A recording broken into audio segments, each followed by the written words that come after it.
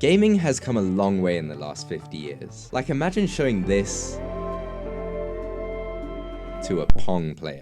But when does this game get good? In this video, I'm upgrading 3 old games covers into the modern day max graphics versions, going from oldest to newest. Nothing could have prepared me for the horrors of this challenge. First up is a classic, Pac-Man. Now, there's been loads of different Pac-Man games over the years, and I think this cover looks the coolest. To start, I'm going to replace the maze in the background and bring in an old TV. And my idea is to have Pac-Man jumping out of it. Let's line this up, and I'm going to remove a few of the points because there's a bit too much going on. Now, I want to add this logo in, and I think it'd be pretty cool if it looks like a sticker at the top of the TV. To make sure you know it's a sticker, I'll fold over this corner and add some shadows to make it look real.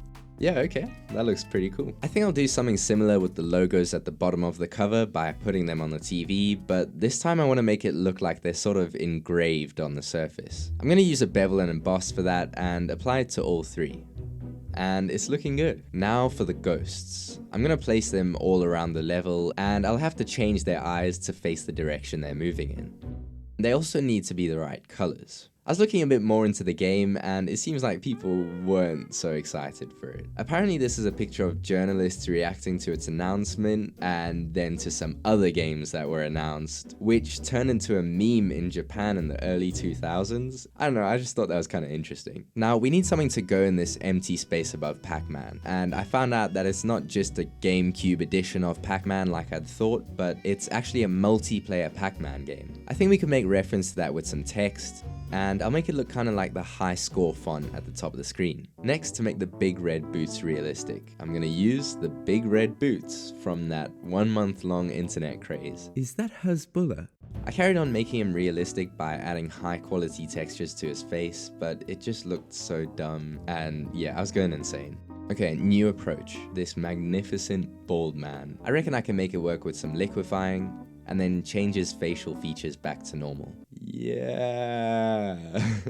Okay, let's make his skin yellow with a gradient map. I just need to cut it out around his eyes and mouth, and let's brighten those teeth too. Nice. I'll do something similar with the arms and legs, with a bit of warping here and there to fit them into position. To make the screen a bit more interesting, I'm going to add some subtle reflections from these blue lines, as well as give it more glow by adding a blur and overlaying it. I think I'll do well with some general light glowing from the screen too. It's the subtle things like that which really add to an image. Okay, I've been waiting to do this the whole project. So my idea is to have him escaping the screen, and to do that I'm going to put him in the background so he's pixelated, and then fade away his body on the front so it looks like he's emerging from the pixels and out of the screen. Pretty cool, no? It's like you're seeing the graphics upgrading. To wrap things up, I want to add those lines you see when you take a picture of a screen, give Pac-Man some glow, and cut off his ear like Van Gogh. With a bit of color changing and a dash of love, it's complete. I quite like how it turned out, but it's also kind of nightmare fuel. Next up is a newer game, based on someone Who lives in a pineapple under the sea? It's SpongeBob. Specifically this game from 2003 that was apparently S tier. By the way, since when were there 20 SpongeBob games? And how have you played all of them to rank them? Anyway, now that we have a realistic sponge, I think we need some shorts on the bottom. I'm gonna use a puppet warp to fit them right, and I'll bring up the edge of the shorts to make the shorts shorter. We need some little bits of fabric down here too. Nice. Add in a shirt and a tie, and it's looking good. We just need some sleeves for his arms, and, well, arms too. I'm gonna use a slightly different texture for them. To make his fingers stand out here, I'll trace out the shapes with a pen tool and then add shadows. Rinse and repeat a few times, and you can see some shape in the texture where there was none before. By the way, I'm getting sidetracked, but I found out there's a whole die-hard speedrunning community for this game and the remaster. There's like 9 hours of playtime, and the records are like 1 hour long, which is crazy to me. Let's go!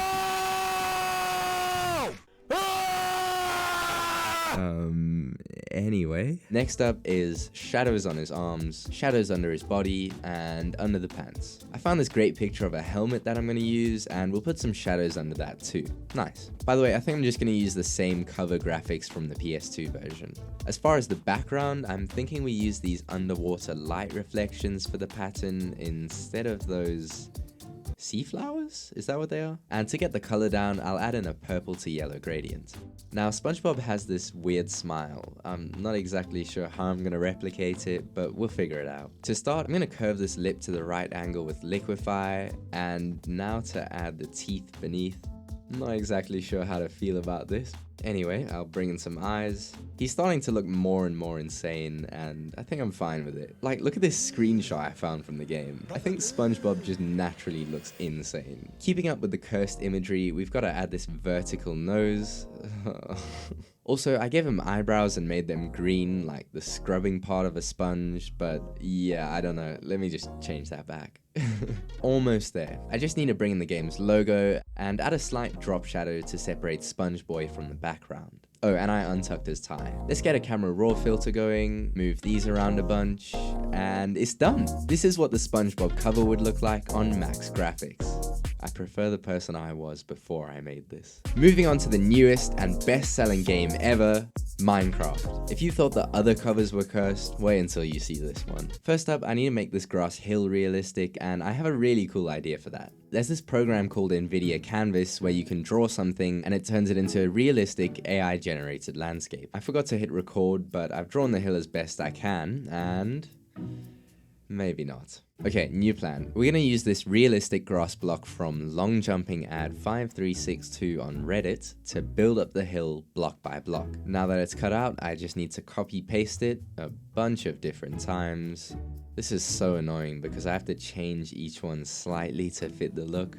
Okay, I'm taking a break from that. The cover has this orange glow coming from inside the hill, so I'll add that in with my trusty paintbrush. And there's only a few more blocks left to add, so there we go. That took forever, but it does look pretty cool. My next thought was to enhance the background by giving it a realistic texture, but the more I did of that, the more I realized how terrible the idea was. So instead, I'm just gonna find a real landscape for the background. Here we go. Let me just change up the colors a bit. Nice. And now it's time to make each of these characters look real. First the pig, then the sheep, which is a bit too skinny, but it's at the right angle. Next is the puppy. Nope. That'll do. Let me just make the colors a bit whiter. Oh, and I guess I should flip the background. Now the shadows are in the right place. Okay, I can't find the guy in the right pose for Steve, so I'm just gonna ignore that for now. In the meantime, let's add in the skeleton. He's holding a bow in the cover, so I'm gonna rotate his arm for that and add the bow. You can't even see it that well, but I don't know. At least I can go to sleep happy. Next up is the zombie. Shout out this guy. And it looks good there, but I'm gonna replace his head with one that's at the right angle where you can see the top. I'll change the color of it to look more normal later on. I just can't be bothered right now. Next up, I'm gonna recreate this area, starting with the furnace from this high quality cobblestone texture. Okay, look guys, I pretty much found pictures of a bunch of different things at the right angle for the image, cut them out, changed their perspective a bit more, maybe changed some colors or liquefied some edges, rinse and repeat, and that puts us here. A few days ago, I came to the conclusion that I needed to recreate Steve and Alex piece by piece. I've been procrastinating it, but the time has finally come. So for Alex, I added pants, the green shirt, arms, this ginger lady's head, make it blocky, give her shoes, make the arms thicker, add a ponytail. This looks so dumb, whatever. I was trying to make the proportions look real, but honestly, I think I just need to fully embrace the Minecraft look, so let me do that.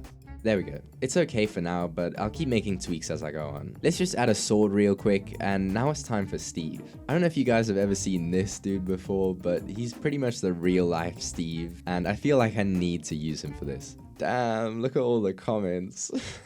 Poor guy. Okay, now he's in Photoshop, so let me just cut him out. And I'm gonna make his head a bit more cuboid. Now for the shirt, and it's gotta be Steve turquoise. Next is the jeans, which I separated the legs for, so one goes in front of the other. And then added arms and a right hand, as well as shoes and a pickaxe. Nice. I'll worry about the shading later. For now, I think these animals need to be a bit more cuboid, so I'll tend to that with Liquify by dragging out the edges, and I'll do that for the sheep too. Let's give the Minecraft logo some real stone textures too. Nice. And now we're in the end game. I'm gonna go ahead and do a bit of shading and color changes. I did the crafting table, minecart, zombie head, you get the idea. After that, I brought in the house on the bottom left and did a bit more shading, added a camera raw filter, and we're finally done. An upgrade of Minecraft's cover if the graphics were super realistic.